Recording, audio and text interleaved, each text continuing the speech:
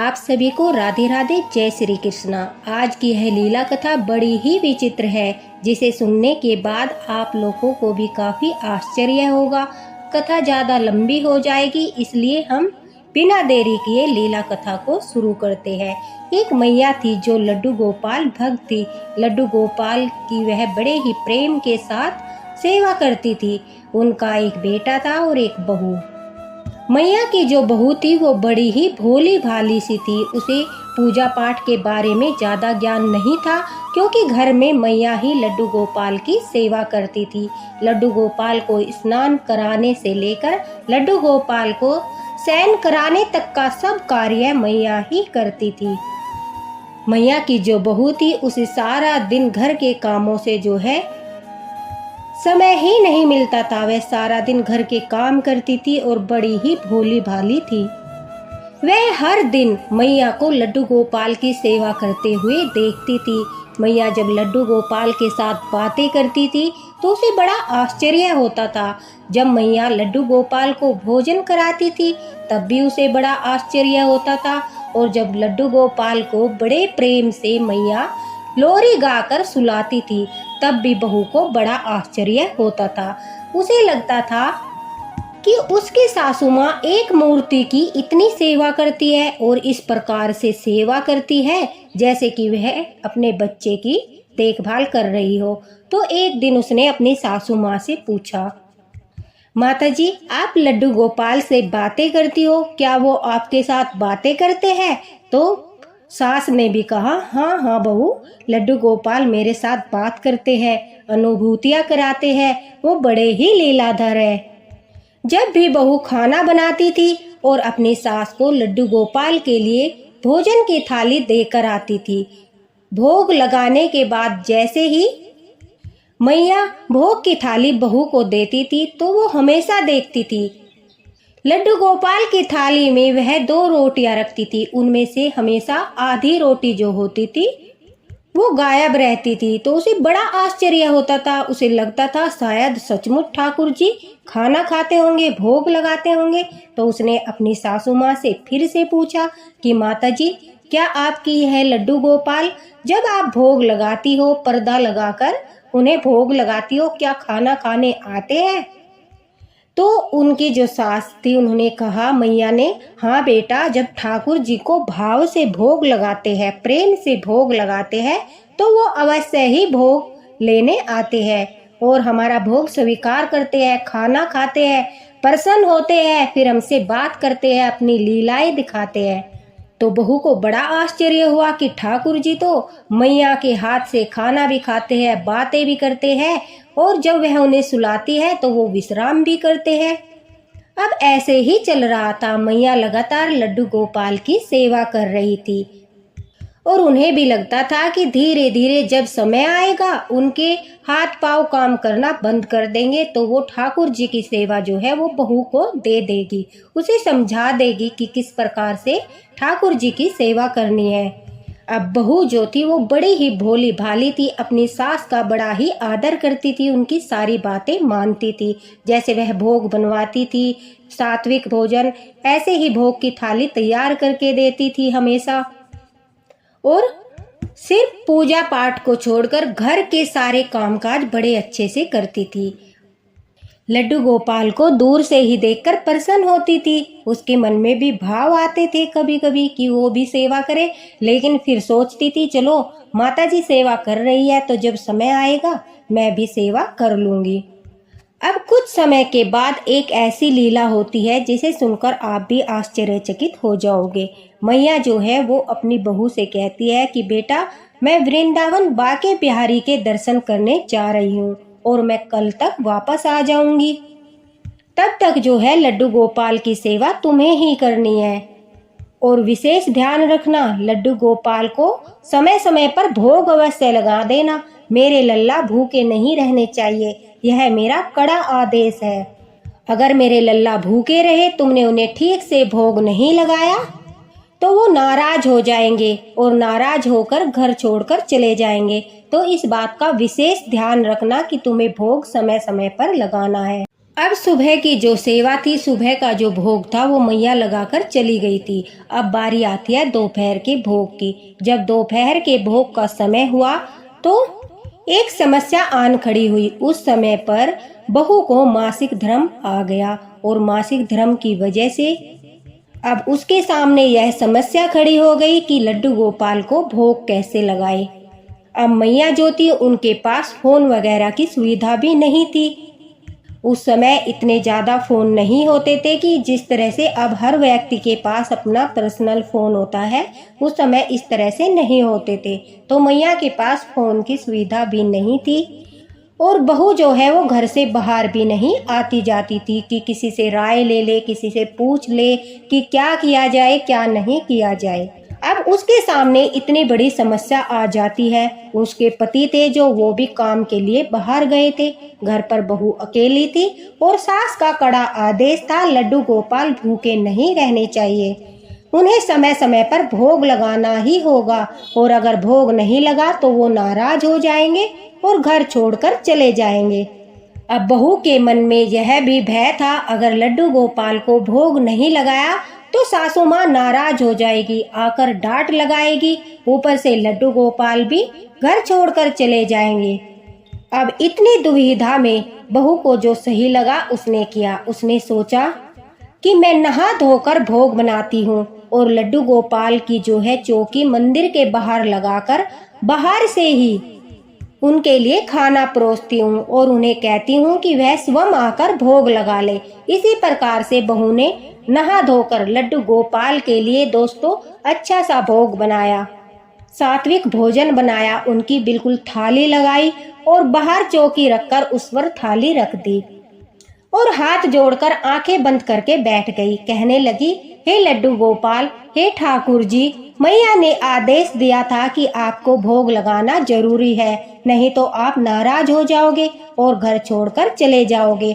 अगर ऐसा हुआ तो फिर सासू माँ मुझे भी डांटेगी, हो सकता है गुस्से में वह मुझे भी घर से बाहर निकाल दे, इसलिए आइए और भोग लगा लीजिए।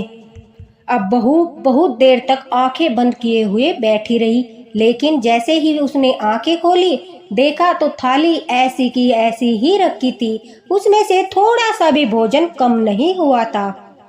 अब बहू को चिंता होने लगी क्योंकि उसने तो हमेशा देखा था जब उनकी सासू माँ उन्हें थाली वापस देती थी तो उसमें से भोजन जो है थोड़ा कम रहता था। अब बहू ने सोचा कि लड्डू गोपाल तो नाराज हो गए, मैंने इस अवस्था में उन्हें भोग लगा दिया, शायद इस वजह से नाराज हो गए, लेकिन खाना खिलाना भी आवश्यक है। ऐसा करती हूँ, मैं उनकी मनपसंद जो माताजी बनवाती थी उनके लिए खीर बनाती हूँ, वह अवश्य ही खीर का भोग लगाएंगे। और बहू को यह भी कड़ा आदेश दिया था उनकी सासू माँ ने दोस्तों कि जब तक ठाकुर जी खाना न खाए तब तक तुम भी मत खाना, उन्हें भोग लगाकर ही तुम भोजन करना। अब बहू फिर से जाती है, नहा धोकर फिर से लड्डू गोपाल के लिए खीर बनाती है और खीर लाकर उसी प्रकार से चौकी पर रख देती है। रखने के बाद आंख बंद करके बैठ जाती है और फिर से कहती है कि लड्डू गोपाल भोग लगा लीजिए, वरना आप नाराज हो जाओगे और फिर सासू माँ नाराज हो जाएगी, मुझे घर से बाहर निकाल देगी। वह लगातार प्रार्थना करती रही। काफी देर तक प्रार्थना करने के बाद जब उसने आंखें खोली तो खीर का पात्र जो का तो रखा था, उसमें से खीर कम ही नहीं हुई। उसे लगा कि लड्डू गोपाल को तो खीर भी पसंद नहीं आई, अब यह तो खीर का भी भोग नहीं लगा रहे, अब क्या करूं? भूख काफी तेज लगी है और जब तक ये भोजन नहीं खाएंगे तब तक मैं भी भोजन नहीं कर पाऊंगी। बड़ी भोली भाली थी वह बहू। अब उसने सोचा कि लड्डू गोपाल को तो मक्खन अति प्रिय है, अब की बार इनके लिए खिचड़ी ज्यादा सा मक्खन डालकर बनाती हूँ, उसका भोग अवश्य ही लगाएंगे। बेचारी बहू दोबारा से जाती है, नहा धोकर फिर से स्वच्छ होकर लड्डू गोपाल के लिए खिचड़ी का भोग बनाती है, उसमें मक्खन डालती है, लाकर चौकी पर रख देती है और फिर से वही प्रक्रिया करती है, प्रार्थना करती है, वहीं पर आंख बंद करके बैठ जाती है और कहती है कि आइए ठाकुर जी भोग लगाइए। लेकिन ठाकुर जी तो आज हट किए बैठे थे, वो भी भोग नहीं लगा रहे थे। अब बहू बार बार प्रार्थना कर रही है, कभी कुछ बना कर ला रही है, कभी कुछ बना कर ला रही है। अब ठाकुर जी की लीला देखो, ठाकुर जी तो भोग लगा ही नहीं रहे। अब बहू ने जब 3-4 बार ऐसे ही भोजन बनाया, काफी देर हो गई, बदल बदल के स्वादिष्ट स्वादिष्ट भोजन बनाया, लेकिन ठाकुर जी भोग लगा ही नहीं रहे थे। उसे लग रहा था कि भोजन कम होगा तो उसे पता लग जाएगा। ठाकुर जी ने भोग लगा लिया, लेकिन भोजन की मात्रा जो है वो कम नहीं हो रही थी। अब बहुत थक गई, उसे भोजन का भोग लगाते लगाते इसी तरह से शाम हो गई। बहू ने स्वयं भी कुछ नहीं खाया और बार बार से इतने पकवान वैसे बना दिए, लेकिन ठाकुर जी तो भोग ही नहीं लगा रहे। अब उसे चिंता होने लगी और भूख से भी वह व्याकुल होने लगी। अब उसकी आंखों से आंसू आए और गुस्सा भी आया और कहने लगी, अरे ठाकुर जी क्यों परेशान कर रहे हो, भोग क्यों नहीं लगाते? इतना सारा खाना बना दिया, तुम्हारी मनपसंद सब चीजें बना दी, लेकिन तुम्हें तो कुछ पसंद ही नहीं आ रहा। अब खुद भी भूखे बैठे हो और मैं भी भूखी हूँ। जब तक तुम नहीं खाओगे हम भी नहीं खा सकते, वरना सासू माँ घर से निकाल देगी। अब भोली भाली बहू लड्डू गोपाल के साथ झगड़ने लगी, कहने लगी, देखो भोग लगा लो तभी हम खा पाएंगे, और अगर आज आपने भोग नहीं लगाया तो हम भी नहीं खाएंगे।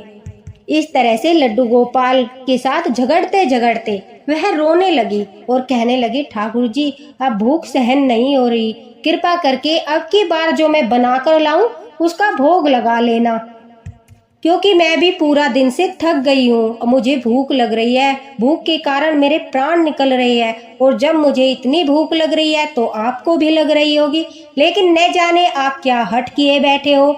ऐसा लगता है आपको मेरे हाथों से भोग नहीं लगाना, आपको तो मैया के हाथों से ही भोग लगाना है। अब मैया आएगी कल के दिन, तो कल तक क्या भूखे बैठे रहोगे? और ऊपर से उन्हें पता चलेगा कि मैंने भोग नहीं लगाया तो वो नाराज हो जाएगी। इस तरह से लड्डू गोपाल से वो बातें करने लगी। उसे पता था कि लड्डू गोपाल बातें करते हैं, क्योंकि मैया लड्डू गोपाल के साथ बातें करती थी और वो बहू से कहती थी कि हाँ बहू, लल्ला बात करता है, लड्डू गोपाल बात करता है। अब बहू ने नहा धोकर खीर, पूरी, हलवा, सब्जी, बड़ा ही स्वादिष्ट भोजन बनाया।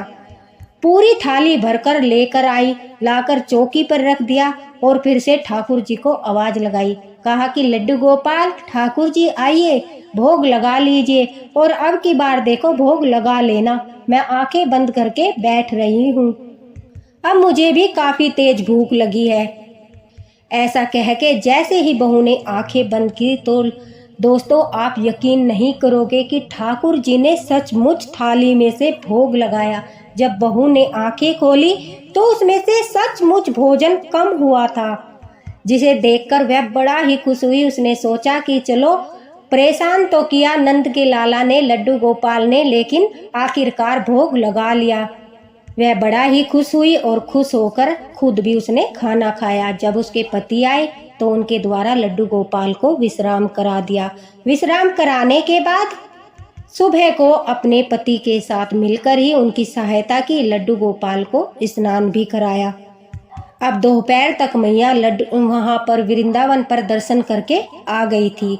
जब वह वृंदावन से आई तो आते ही बहू ने कहा कि माताजी, कल आपके लल्ला ने मुझे बड़ा परेशान कर दिया। अब माताजी ने भी इतना सारा खाना देखा तो पूछ बैठी, अरे बहू, तुमने ये इतने पकवान किसके लिए बनाए? ऐसा घर पे कौन आया था? कोई मेहमान आया था क्या? इतने सारे पकवान बना के रखे हैं, क्योंकि खाना इतना अधिक बन गया था, वो अगले दिन तक भी समाप्त नहीं हुआ। तो अब बहू ने जो है सासू माँ को सारी बात बताई और कहा कि मैंने तो ठाकुर जी को इतनी बार कहा भोग लगा लो, भोग लगा लो, भोजन जो है वो कम नहीं हो रहा था। अब एक बार तो सासू माँ नाराज हो गई। उन्होंने कहा, तुमने ऐसी अवस्था में ठाकुर जी को भोग लगाकर घोर पाप कर दिया, तुमने अनर्थ कर दिया। अब ठाकुर जी अवश्य ही नाराज हो जाएंगे।